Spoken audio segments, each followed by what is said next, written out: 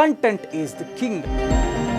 ಪ್ರತಿಯೊಬ್ಬರ ಬಾಯಿನಲ್ಲಿ ಕೇಳ್ತಾ ಇರುವಂತಹ ಒಂದು ಚಿತ್ರ ಅಂತ ಹೇಳಿದ್ರೆ ಸೂ ಫ್ರಮ್ ಸೋ ಅನ್ನುವಂಥ ಒಂದು ಚಿತ್ರ. ಹೆಸರೇ ಇಷ್ಟೊಂದು ಕಾಮಿಕ್ ಆಗಿರುವಾಗ ಇಡೀ ಮಲ್ಟಿಪ್ಲೆಕ್ಸ್ ನಗೆ ಕಡಲಲ್ಲಿ ತೇಲಿತ್ತು. ಇಷ್ಟು ಒಳ್ಳೆ ಸಿನಿಮಾ ಕೊಟ್ಟರೆ ಖಂಡಿತ ಜನ ಬರ್ತಾರೆ. ನಮಸ್ಕಾರ, ನೀವು ನೋಡ್ತಾ ಇದ್ದೀರಾ ಅಶ್ವವೇಗ ಸ್ಪೆಷಲ್. ನಾನು ಸಂತೋಷ್ ಕಶ್ಯಪ್. ಇತ್ತೀಚಿನ ದಿನದಲ್ಲಿ ಅಂದರೆ ಕಳೆದ ಶುಕ್ರವಾರ ರಿಲೀಸ್ ಆಗುತ್ತೆ ಒಂದು ಕನ್ನಡದ ಚಿತ್ರ. ಪ್ರತಿಯೊಬ್ಬರ ಬಾಯಿನಲ್ಲಿ ಕೇಳ್ತಾ ಇರುವಂಥ ಒಂದು ಚಿತ್ರ ಅಂತ ಹೇಳಿದ್ರೆ ಅದು ರಾಜ್ ಬಿ ಶೆಟ್ಟಿ ಅವರ ನಟನೆಯ ನಿರ್ಮಾಣದ ಸೂ ಫ್ರಮ್ ಸೋ ಅನ್ನುವಂಥ ಒಂದು ಚಿತ್ರ. ಹೆಸರೇ ಬಹಳ ವಿಚಿತ್ರವಾಗಿದೆ ಅನ್ನುವಂಥ ಒಂದು ಕೌತುಕತೆಯಲ್ಲೇ ಸಿನಿಮಾಗೆ ಜನಗಳನ್ನ ಕರೆಸ್ಕೊಳ್ತಾ ಇದೆ. ಸೂ ಫ್ರಮ್ ಸೋ, ಸೂ ಫ್ರಮ್ ಸೋ ಅಂತ ಹೇಳಿದ್ರೆ ಸುಲೋಚನಾ ಫ್ರಮ್ ಸೋಮೇಶ್ವರ ಅನ್ನುವಂಥದ್ದು ಅದರ ಫುಲ್ ಫಾರ್ಮ್.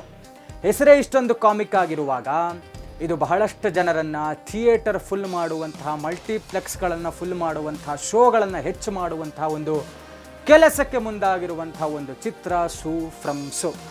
ಅಪ್ಪಟ ಕರಾವಳಿ ಭಾಗದ ಒಂದು ಚಿತ್ರ. ಅಲ್ಲಿನ ಕಥಾ ಹಂದರ, ಅಲ್ಲಿನ ಒಂದು ಭಾಷಾ ಶೈಲಿ ಇರಬಹುದು, ಅಲ್ಲಿದೇ ನಟರೆಲ್ಲ ಸೇರಿ ಮಾಡಿರುವಂತಹ ಒಂದು ಅತ್ಯದ್ಭುತವಾದಂತಹ ಚಿತ್ರ ಸೂ ಫ್ರಮ್ ಸೋ. ಯಾಕೆ ಅಂತ ಹೇಳಿದ್ರೆ ನಾನು ಒಬ್ಬ ವೀಕ್ಷಕ ವಲಯದಿಂದ, ನಾನು ಒಬ್ಬ ಅಭಿಮಾನಿಯಾಗಿ, ಯಾಕೆಂದರೆ ನಾನು ಇತ್ತೀಚೆಗಷ್ಟೇ ಆ ಸಿನಿಮಾವನ್ನು ನೋಡ್ಕೊಂಡ್ಬಂದೆ. ನಾನು ಯಾಕೆ ನೋಡಿದೆ ಅಂತ ಹೇಳಿದ್ರೆ ಮೌತ್ ಟು ಮೌತ್ ಪಬ್ಲಿಸಿಟಿ ಅಂತ ಕರೀತಾರೆ. ಪ್ರತಿಯೊಬ್ಬರ ಬಾಯಲ್ಲಿ ಹೋಗ್ತಾ ಹೋದಾಗ ಈ ಥರದ ಒಂದು ಚಿತ್ರ ಬಂದಿದೆ ಅನ್ನುವಂಥದ್ದನ್ನು ಕೇಳ್ಕೊಂಡು ನಾನು ಹೋಗಿ ನೋಡಿ ಬಂದೆ. ಸಿನಿಮಾ ಸ್ಟಾರ್ಟ್ ಆದಾಗಿಂದ ಎಂಡ್ ತನಕ ಇಡೀ ಮಲ್ಟಿಪ್ಲೆಕ್ಸ್ ನಗೆ ಕಡಲಲ್ಲಿ ತೇಲಿತ್ತು. ಯಾಕೆಂದರೆ ಇಡೀ ಸಿನಿಮಾ ಅಷ್ಟು ಹ್ಯೂಮರಸ್ ಆಗಿದೆ. ಅತ್ಯದ್ಭುತವಾದಂಥ ಸಿನಿಮಾ. ಬಹಳ ಒಂದು ಸಿಂಪಲ್ ಒನ್ ಲೈನ್ ಸ್ಟೋರಿ ಅಂತ ಹೇಳ್ಬೋದು. ಬಹಳ ಅಷ್ಟು ಅದ್ದೂರಿಯಾಗಿ ಏನು ಇವರು ಖರ್ಚು ಮಾಡಿದ್ದಾರೆ ಅಂತ ಹೇಳೋಕ್ಕೆ ಹೋಗದು ಇದ್ರೇನು ಅಷ್ಟೇ ಎಲ್ಲ ಕಮರ್ಷಿಯಲ್ ಎಲಿಮೆಂಟ್ಸ್ನ ಅದರೊಳಗಡೆ ಸೇರಿಸಿ ಅಷ್ಟೇ ಹ್ಯೂಮರಸ್ ಆಗಿ ಜನಗಳನ್ನು ನಗಿಸುವಂಥ ಒಂದು ಅತ್ಯದ್ಭುತವಾದಂಥ ಸಿನಿಮಾವನ್ನು ರಾಜ್ ಬಿ ಶೆಟ್ಟಿ ಅವರು ಕೊಟ್ಟಿದ್ದಾರೆ. ಹೇಳ್ತಾ ಇದ್ರು ಕರಾವಳಿ ಭಾಗದವ್ರು ಯಾರಿಗೂ ಕೂಡ ಕಮ್ಮಿ ಇಲ್ಲ ಅನ್ನುವಂಥದ್ದನ್ನು ಮತ್ತೆ ಮತ್ತೆ ಪ್ರೂವ್ ಮಾಡಿ ತೋರಿಸ್ತಾ ಇದ್ದಾರೆ ಈ ಶೆಟ್ರ್ ಬಳಗ ಅನ್ನುವಂಥದ್ದು ಒಂದು ಚರ್ಚೆ ಆಗ್ತಾ ಇತ್ತು. ಯಾಕೆ ಇದು ಒಂದು ರೀತಿಯಾದಂಥ ಹೋಲಿಕೆ ಅಂತಲ್ಲ. ರಾಜ್ ಬಿ ಶೆಟ್ಟಿಯವರ ರೂಪ ಮತ್ತು ದೇಹದಾಢ್ಯತೆ ಯಾವ ಥರ ಇದೆ ಅನ್ನುವಂಥದ್ದು ಎಲ್ರಿಗೂ ಗೊತ್ತಿದೆ.